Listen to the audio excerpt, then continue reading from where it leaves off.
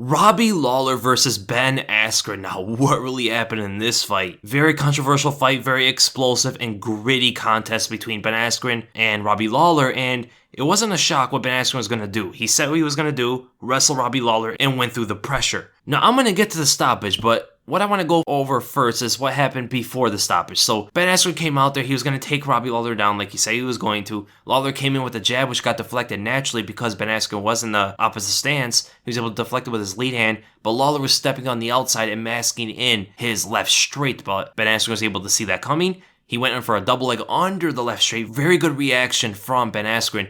Shoots him for the double, but because Robbie Lawler dropped his right hand when he threw the jab, in this case it was beneficial, usually it's not, he was able to naturally drive under the underhook and fight the position, and eventually able to sprawl on top of Askren, where then Askren tried to get over, he tried to get the back of Lawler, Lawler grabbed onto the head of Askren, which is causing him to not control the body of Askren at all, allowing Askren to move around. But as Lawler started turning with Askren, he was finally able to grab onto the right arm and start pulling Askren in front of him. But Askren was able to hook with his right leg in between Lawler's to keep the position, but this is preventing him from getting the back of Lawler, which is what he was trying to do in the first place. So he kind of stuck himself here. And Lawler's just moving him forward in front of him inch by inch. Until he stumbled forward, he tripped, which also caused Ben Askren to stumble forward because of the momentum of Lawler's weight, suddenly moving so rapidly. And Askren grabbed onto the head and around the arm of Lawler, and he put a lot of weight on top of Lawler, so Lawler went full WWE mode, man. Grabbed around the leg of Askren, lifted him up, and angle slammed him. I mean, we're talking about straight WWE reference here. And started landing some crazy ground and pound. I mean, you have to give Ben Askren the credit. He took some massive shots from Robbie Lawler that most guys would not have taken. I mean, it looked like he went out a couple times on the ground there. And then we move a little bit forward, and Ben Askren was able to shoot in against the cage on Robbie Lawler and eventually get him to the ground. He hooks onto the outside as he's going for the double leg and just drives him to the ground. He was able to get wrist control and he was able to pass over the guard. Robbie started to stand up, he abandoned technique and tried to just get up from the bottom.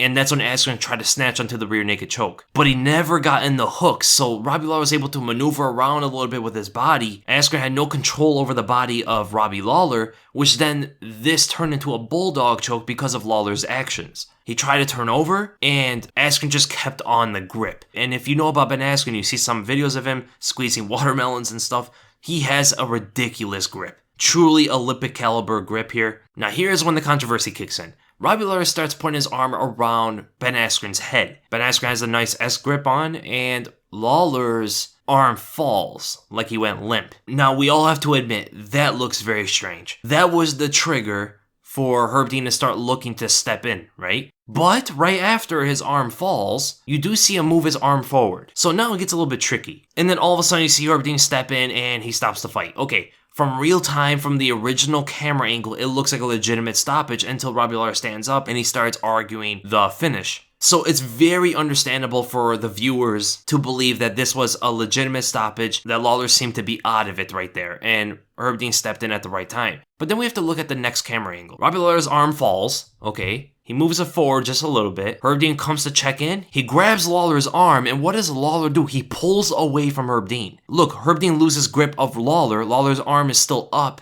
and he pulls it away from Herb Dean. And then what you see after is you see Lawler move his arm back and then forward, and he gives a thumbs up to Herb Dean. Then he puts his hand back down, and not in a manner like he was out of it. And then Herb Dean steps in, he stops the fight, and Robbie Lawler is upset, of course. Now, it's a tough job, man. It's messy. I understand it's hard to be in that situation for Herb Dean, but when you simply look at it, you grab the guy's arm, and he pulls away from you, and he gives you a thumbs up, and then he puts his hand down slowly. I mean, you must know that the guy's not out of it, right? I know there's the argument that what could have Robbie Lawler do, but that's just speculation. But we do know Lawler seemed to be fine, right? His arm falling the way it did, that was a little bit fishy. It looked like he went limp, but every action afterward, he seemed fine, right? It's a tough place to be, man. It's a tough place to be for a guy like Herb Dean to be a ref for that kind of fight. But looking at the stoppage, Lawler seemed to be fine. It did seem like a pretty bad stoppage. And Herb Dean was able to feel Robbie Lawler's arm. He pulled away. The fact that he's pulling away, reacting at all to Herb Dean's signals, it should automatically tell the ref that it's fine, just let it keep going.